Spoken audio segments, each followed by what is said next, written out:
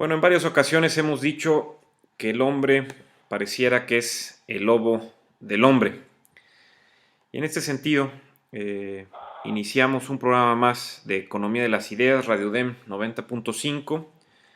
Y para no perder la costumbre, agradecemos a todo el equipo directivo y operativo para la realización de estos programas, de estas breves cápsulas, especialmente a mi buen amigo Sergio. Y bueno, después de varios intentos y de no poder coordinar las agendas, de estar un poquito con diversas ocupaciones, por fin pudimos tener de vuelta a mi buen amigo Salvador Saavedra, que nos acompaña para el tema de este programa, en donde no siendo expertos ni metiéndonos al tema literario, del cual yo no me siento una autoridad, pero creo que podemos compartir un poco y a lo mejor con la crítica constructiva que se pueda reunir a través de este programa. Hablaremos un poco del gran Saramago y pues por ello también a lo mejor nos aceptó la invitación mi buen amigo Chava. ¿Cómo estás, Salvador? Te saludo. ¿Qué tal, Rodrigo? Aquí acompañándonos de nuevo. Saludos a todos. Y pues a ver qué podemos aportar en ese tema hablando de nuestro Saramago. Realmente a mí me gusta mucho leer sus libros y pues por eso estoy aquí a ver qué podemos aportar al tema. Bueno, para decir un poco de este escritor, quienes no lo conozcan, es un escritor, bueno, fue un escritor portugués, ganador del premio Nobel, obviamente en literatura, con varias producciones diferentes. Hay alguna que, bueno, a lo mejor es la que más conocemos, porque se hizo hasta película, ¿no? Ensayo sobre la ceguera. Pero antes de iniciar, me gustaría leerte un poco, porque yo pienso que en varios de sus escritos podemos encontrar algo en relación a una crítica social o a la descripción de un comportamiento de nosotros los seres humanos. Entonces, déjame leerte algo interesante y compartirlo también para los radioescuchas. Okay. Y es sobre el cuento de la isla desconocida. Es un cuento corto que yo también leí hace poco tiempo. Y bueno, dice así. Un hombre llamó a la puerta del rey y le dijo, dame un barco. La casa del rey tenía muchas más puertas, pero aquella era la de las peticiones. Como el rey se pasaba todo el tiempo sentado ante la puerta de los obsequios, entiéndase los obsequios que le entregaban a él. Y cada vez que oía que alguien llamaba a la puerta de las peticiones, se hacía el desentendido y solo cuando el continuo repiquetear de la aldaba de bronce subía a un tono más que notorio, escandaloso, impidiendo el sosiego de los vecinos, las personas comenzaban a murmurar, ¿qué rey tenemos que no atiende? Entonces daba la orden al primer secretario para que fuera a ver lo que quería el impetrante, que no había manera de que se callara. Entonces el primer secretario llamaba al segundo secretario, este llamaba al tercero, que mandaba al primer ayudante, que a su vez mandaba al segundo, y así hasta llegar a la mujer de la limpieza, que no teniendo a quién mandar, entreabría la puerta de las peticiones y preguntaba por el resquicio. ¿Y tú qué quieres? Bueno, ahí cortamos esto, pero como lo discutíamos anteriormente, creo que este es un reflejo muy interesante, una copia casi fiel, podría decirse, de lo que vemos con algunos de nuestros gobernantes, con algunos de nuestros políticos, que están más acostumbrados a estar cerca de la puerta de los obsequios, entendiéndose por aquella en donde les dan adulaciones, donde reciben su sueldo, donde a lo mejor se llevan un sobresueldo con esa corrupción, y rara vez se acercan a abrir esa puerta de las peticiones, donde está la sociedad, donde estamos los ciudadanos, en cuanto a ver qué es lo que requiere su comunidad, su sociedad o aquellos a quienes se supone que representa o aquellos a quienes se supone que son sus jefes, porque al final de cuentas nosotros los ciudadanos somos quienes al pagar con nuestros impuestos y al votar somos los que los elegimos. No sé qué te pareció ese pequeño escrito y bueno, el trasladarlo a este esquema de los políticos, ¿verdad? Te escuché muy bien, perdón. No, te decía... Sí, estaba escuchando lo que leíste. Sí, de trasladarlo, ¿qué te pareció trasladar el texto a al esquema de los políticos? Pues puede distinguir mucho la crítica social que siempre hace Saramago en sus obras. Entonces, a ver, permíteme un momento. Tengo aquí otra... perdón, Rodrigo, perdón. Sí, no, adelante. Perdón. Lo que decíamos es entonces ver cómo el rey, en escrito el cuento de la isla desconocida, no está acostumbrado a abrir la puerta de las peticiones y sí aquella de los obsequios, y lo trasladamos o lo entendemos como aquellos políticos entonces que constantemente están esperando recibir algo y no al contrario ver lo que necesita la población y tratar de resolver su problemática como sería el trabajo tradicional de su competencia. Sí, lo que te quería comentar, pero ahorita ya que lo pude escuchar bien de nuevo, dentro de mucho de lo que escribe Saramago, muchos no lo llegan a entender como lo estás entendiendo tú de esa forma, y lo ven simplemente como una narración, un cuento, y no se adentran en analizarlo de esta forma, en cómo está la crítica, en cómo ver en lo que se parece a nuestros, por ejemplo, en esa obra en particular, a nuestros políticos actuales, o cambiándote un poquito de obra, sí, en Ensayo sobre la ceguera, ¿no? Cómo la sociedad se puede llegar a cambiar tan drásticamente en una crisis y la gente no lo ve de esa forma. Podríamos hablar un poco, Salvador, de lo que sucede en Ensayos sobre la ceguera para aquellos, de forma general, ¿no? Para aquellos que no estén familiarizados con la obra. Sí, claro que sí. En Ensayos sobre la ceguera, así un resumen rápido, sí. De repente la sociedad se queda, por una epidemia que no se sabe de qué, se empieza a quedar ciegos. Sí. Entonces el gobierno, precisamente hablando ahorita del gobierno, lo primero que hace, en vez de tratar de ayudar, simplemente es vamos a deshacernos de estas personas porque es una epidemia, y los empieza a meter en un... recordar que era una cárcel. Sí, como si estuvieran en cuarentena o hubiera una epidemia. Porque no quiere lidiar con eso el gobierno. Pero la esposa de una de las personas que se quedan ciegos finge estarlo para no separarse de su marido nunca, y ese es el personaje principal. Ya que están todos confinados en unas instalaciones, se empieza a separar, porque empieza a haber unas guerras de poder. Ciertos personajes ahí dejan salir lo que realmente son, que viene definido en una frase de ese libro que dice Saramago: dentro de nosotros existe algo que no tiene nombre y eso es lo que realmente somos. Muy bien. Entonces eso lo va plasmando poco a poco en toda la historia, en cómo se vuelve los líderes. Pudieron haber visto también la película, que está muy bien apegada al libro. Claro.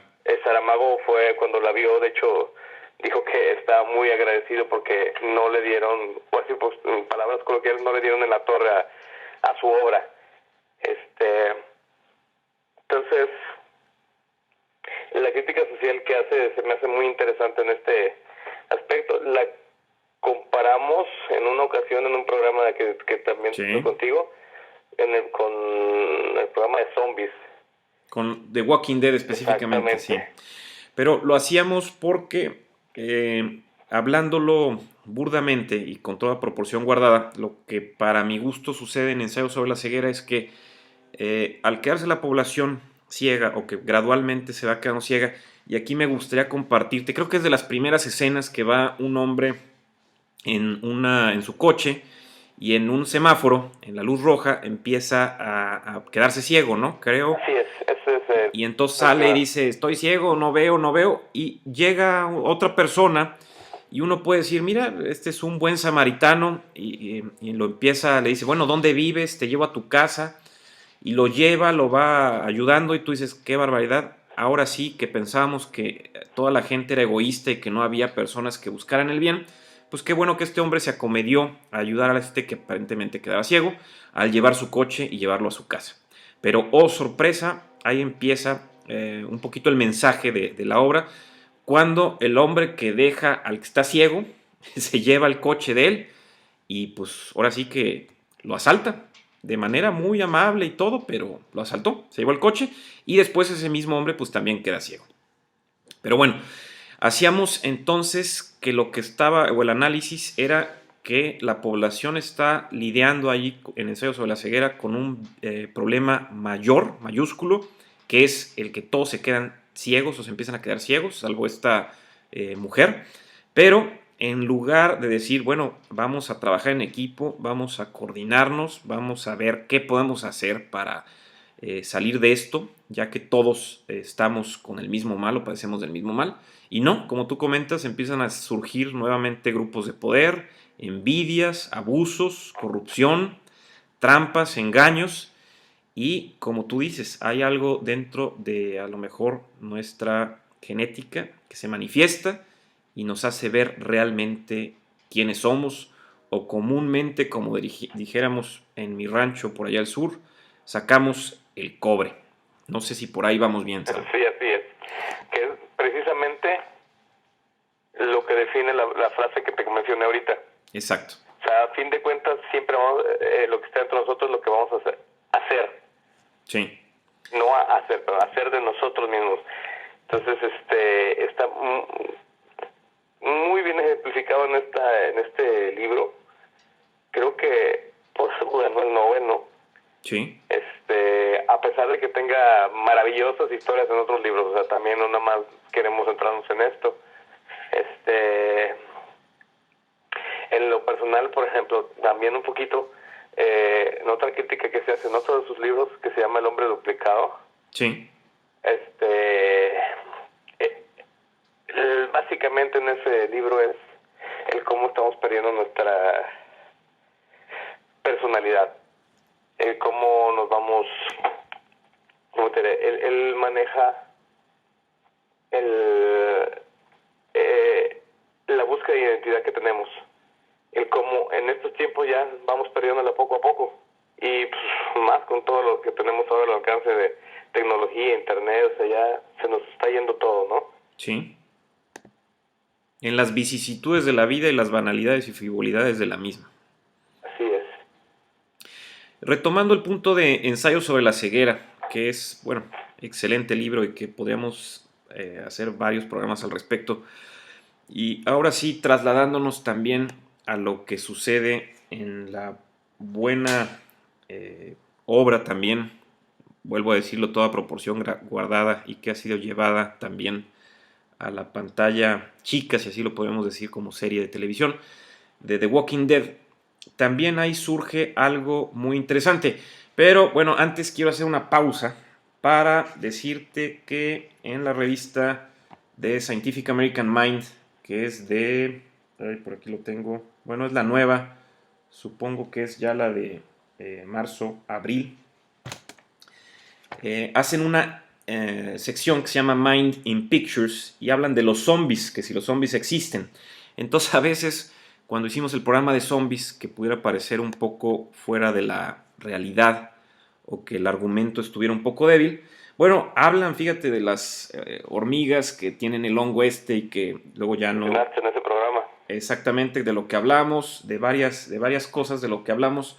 Entonces otra vez Scientific American Mind toma ese tema y bueno, luego decíamos burlonamente que tal vez entonces nos habrán escuchado en el programa y por eso nos pusieron ahí. Lo mencionamos hace rato, sí. Pero bueno, eso es soñar muy grande. Idea, realmente. El caso es, retomando eso, una publicación seria como Scientific American, que es también parte del grupo de Nature, si no me equivoco, retoma el tema de los zombies también en la parte biológica, con las hormigas, con algunos otros insectos que son atacados y ya no tienen control total de su organismo. Y claro, muy diferente sería los muertos vivientes tradicionales que vemos.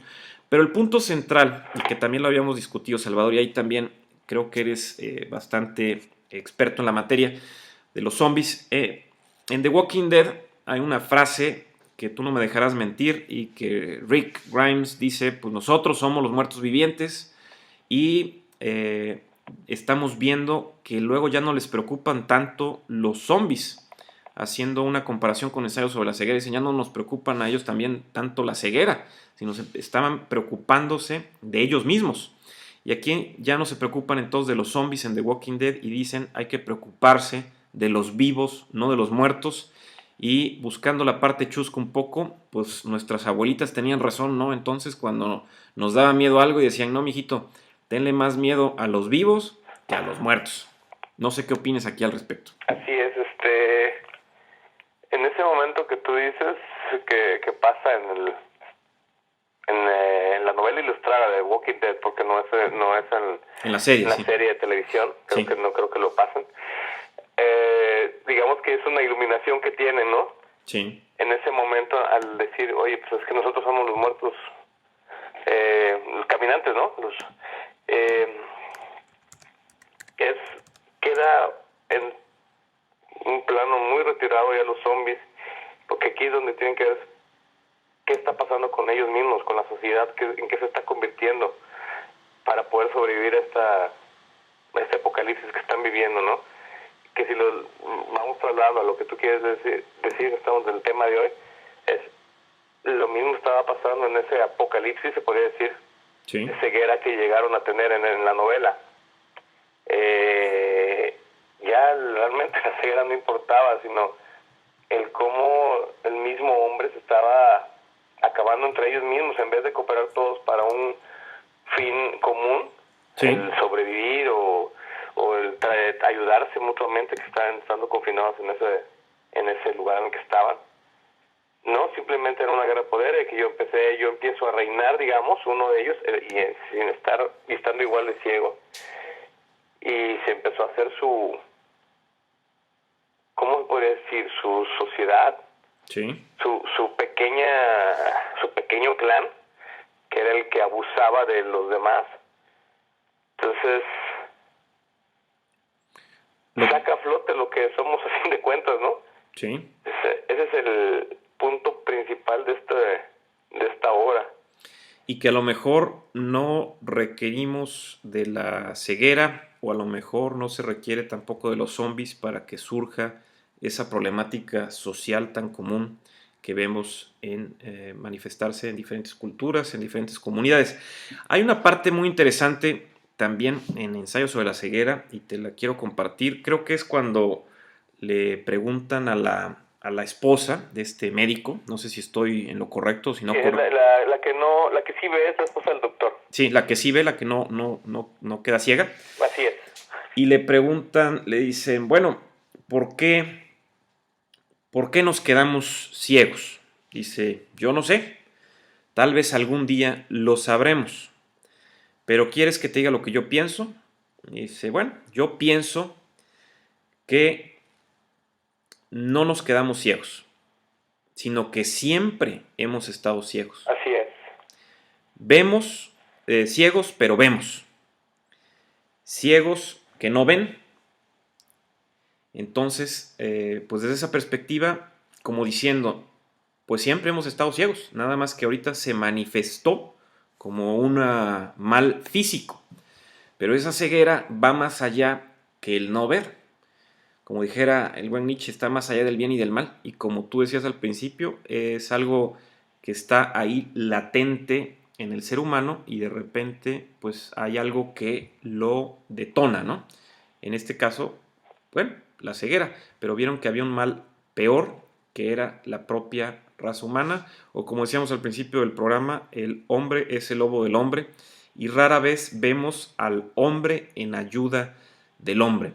Incluso con algunas ocasiones, creo yo y recuerdo haber tratado el tema del altruismo o la cooperación o el trabajo en equipo, bueno, no es tan bien recibido como el hablar de a lo mejor una competencia salvaje que a veces puede caer en malas prácticas, pero se piensa que el competir con ese afán a veces de triunfar a toda costa, a como dé lugar, aplastando al que sea, pues nos lleva a que caigamos en excesos como lo vimos en esta obra.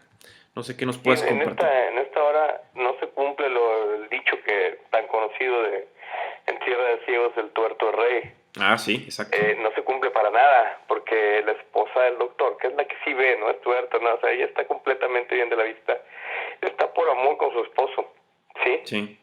Pero se anda con cuidado con la otra persona que se hace, digamos, el líder, el que está haciendo las cosas mal, el que abusa, el malo de la película, digamos, ¿no?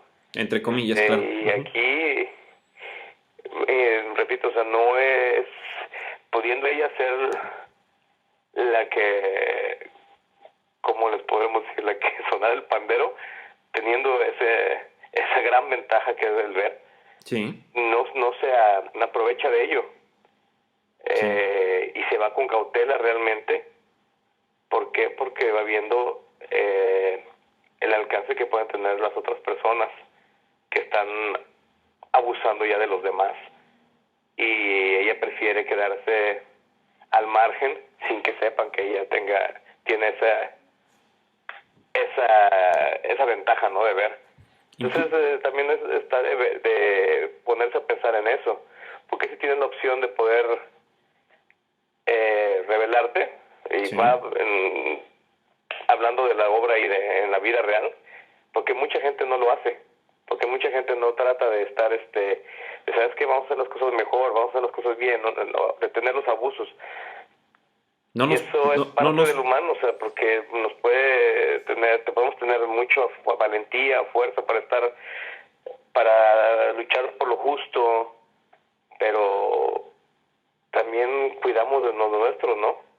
Cuidamos de lo nuestro. Del amor también, no sé. Cuidamos de lo nuestro, y yo creo o he pensado que el ser humano piensa muy diferente solo y como un grupo, para bien y para mal. A veces incluso he dicho, bueno, si tú espantas a veces a una vaca, todas las demás salen corriendo y no saben ni por qué. Entonces a veces eso puede pasarle al ser humano. Alguien se comporta de cierta manera y el otro dice, bueno, pues yo no sé qué pasa, pero vamos para allá. Y lo podemos ver hasta en tumultos cuando la gente corre de un lado hacia otro y luego no sabes ni qué pasa, pero es un pánico global o una reacción global en una especie de manada. Entonces tiene razón, a veces vemos algún abuso, algún acto que no es correcto, y en este sentido, como la esposa del doctor, pues cedemos, ¿no? A pesar de que tal vez tengamos la oportunidad o una ventaja buscar hacer un cambio, pero nos mantenemos al margen o no queremos ensuciarnos las manos o preferimos que nos dejarnos llevar por la corriente, como en este caso, ¿no? Así es. Y que ver también lo interesante es que no necesariamente se requiere ese detonante para que surja el verdadero hombre o las verdaderas envidias, el odio, la vanidad, la corrupción, pero está ahí latente. Aunque, bueno, aquí yo creo que lo interesante de Saramago es que al final, pienso yo, la ceguera queda en segundo plano y otra vez vuelve a manifestarse el hombre como tal, en crear esa sociedad otra vez, en donde hay uno que, entre comillas, tiene la sartén por el mango y empieza a abusar de los otros, pidiéndoles impuestos, limitando la comida, haciendo uso y abuso de las mujeres de todo el grupo. Incluso pues podríamos hablar casi de violaciones acordadas, ¿no? Bueno, ellas ceden, pero pues, es un abuso totalmente. Y lo vemos constantemente, no en nada más en la obra, sino lo podemos ver constantemente en muchas comunidades, en muchos lugares. Lo estamos viviendo en este momento en Michoacán. Es cierto, es correcto. Está pasando eso, ¿das de cuenta? Sí. Sí, no queríamos darnos cuenta, me uno a como sociedad, no que yo esté ahí en la lucha, pero a la gente tan valiente que está haciéndolo ahorita, pero no querían verlo a pesar de que todo estaba pasando, y es exactamente lo mismo, llevarse a sus mujeres y abusar de los mismos habitantes de la misma comunidad. Entonces hasta que ya llegó el hartazgo, ¿no? Y entonces... Exacto, y se tienen que quitar las vendas de los ojos, esa ceguera, ¿no? Y que podemos llegar a tener. Y qué interesante que está diciendo esa población, bueno, si el gobierno no puede resolver mi problema, yo tengo que tomar cartas en el asunto y resolverlo. No voy a esperar a que el gobierno me dé una solución tardía cuando veo que se llevan a mi esposa o a mis hijas, según lo pude yo leer en algunos escritos de campesinos de aquella zona. Y es perdón que nos metamos mucho y volvamos al mismo tema, ¿verdad?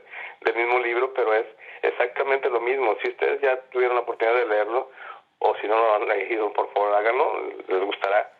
Es como el gobierno no se interesó. Yo mis enfermitos los agarro y me olvido de ellos, no quiero saber de ellos. Y a cuarentena. Exacto, y esto que también el gobierno, un tema difícil, ¿verdad? Pero nada más por encimita lo tratamos. También hizo el desentendido, allá están mis cieguitos, allá en Michoacán, y pues miren lo que pasó, ¿no? Así es. Y no significa que, se pusieron a leer Salomón, no, pero es una crítica exacta de lo que puede pasar con una sociedad desatendida, sí, desatendida, ¿sí? descuidada. Él es portugués, él vive allá, y miren dónde puede pasar todas estas cosas. Como dijera Nietzsche, es el eterno retorno de lo idéntico, y como hemos dicho nosotros, exacto, muy bien. Buscamos a veces que sea el eterno retorno, pero no de lo idéntico. Pues sí, es correcto, se replica ese comportamiento, lo tenemos aquí muy cerca, y tristemente el hombre vuelve a sacar la parte de abuso sobre aquel otro. Incluso hay algo que me gustaría comentarte o preguntarte más bien. Hemos también sido seguidores constantes de qué pasaría si hubiera vida inteligente en otro planeta, ¿no? ¿Y qué pasaría si pudiéramos hacer contacto con esa vida inteligente?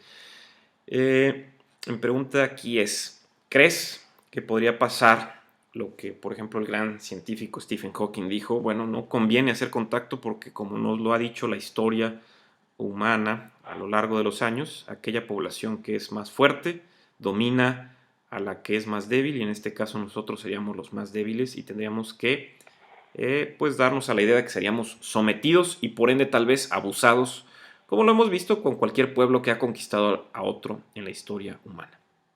No sé qué opines aquí al respecto.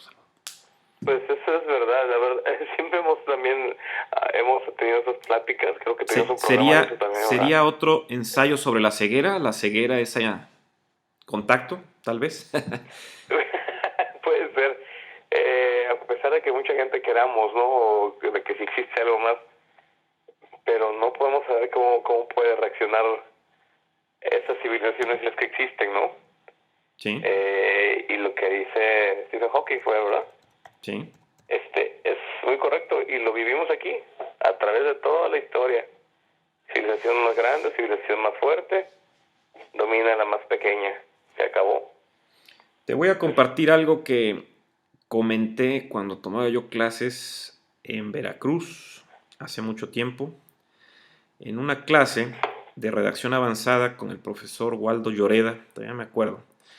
Decía yo que tal vez el contacto con alguna civilización extraterrestre inteligente nos podría hacer reflexionar sobre lo que somos como especie y seguramente, tal vez, nos uniría más como seres humanos, sobre todo si aquellos nuevos visitantes atentaran contra nuestra libertad y contra nuestra aparente felicidad que buscamos a veces desesperadamente en la sociedad frívola que hemos creado.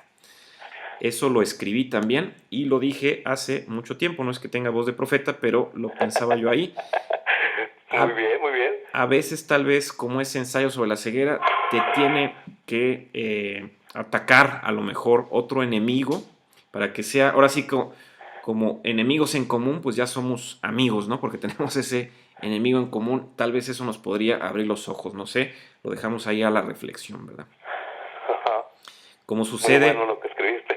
Y brincando las ideas, como sucede en The Walking Dead, que ven que hay que unirse y hay que trabajar en conjunto para poder sobrevivir, no cuidándose de los muertos vivientes, o de los zombies más bien, sino cuidándose de los vivos, como dijeran todas nuestras abuelitas, haciendo un poco de broma aquí.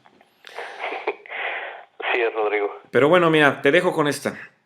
Al final, lo importante tal vez es evitar que se cumpla esa hipótesis del eterno retorno de lo no idéntico, en donde al crearse nueva vida que se encuentre en una especie de letargo, se organice para formar nuevos sistemas complejos e inteligentes, sin volver a ser nosotros en el reflejo del espejo, y mejor busquemos mantener nuestra aparente hegemonía en el planeta, viviendo de forma simbiótica con el resto de los seres vivos que lo habitan, pero sobre todo mostrando la mano abierta en señal no solo de saludo hacia otros seres humanos, sino en muestra clara de ayuda, a sabiendas que 4 manos trabajan mejor y que 2 cerebros potencian los momentos eureka y por ende las oportunidades de supervivencia. No únicamente a los que se dan la mano, sino que al transmitirse en forma de memes, el conocimiento logre ayudar a toda la especie humana. Ahí dejamos esa reflexión un poco profunda de un servidor. Y bueno, ya estamos sobre tiempo. Me dio gusto que pudiéramos compartir que ya es un tercer programa, ¿o cuántos llevamos? Creo que es el cuarto, son zombies, carreras o aliens. Ah, sí, cierto. Creo. Ya es el cuarto programa. Bueno, pues ahí la llevamos. Sí, esperemos no poder acompañarte en otros y ser más ayuda en sí, algún otro tema también. Yo encantado y estoy seguro que los radioescuchas también. Esperemos escoger el tema con antelación, prepararnos y compartir algo que no es tradicional, por lo menos, pero sí tiene ciertas bases sólidas en lo que estamos diciendo, siempre abiertos a la crítica constructiva y no a la destructiva, porque en ese caso hay que acordarnos que no debemos aventar margaritas a los puercos, como siempre decimos. Bueno, Salvador, te mando un fuerte abrazo, gracias por acompañarnos y esperemos contar contigo en otro... Gracias por invitarme, ya espero estar en algún otro programa aquí listo también para ayudarte en algún otro tema que me inviten. Muy bien, esto fue Economía de las Ideas, Radio DEM 90.5 y les recordamos que pueden ver estos programas y algunos escritos de un servidor en economiadelasideas.mx. Muchas gracias y nos vemos en la siguiente.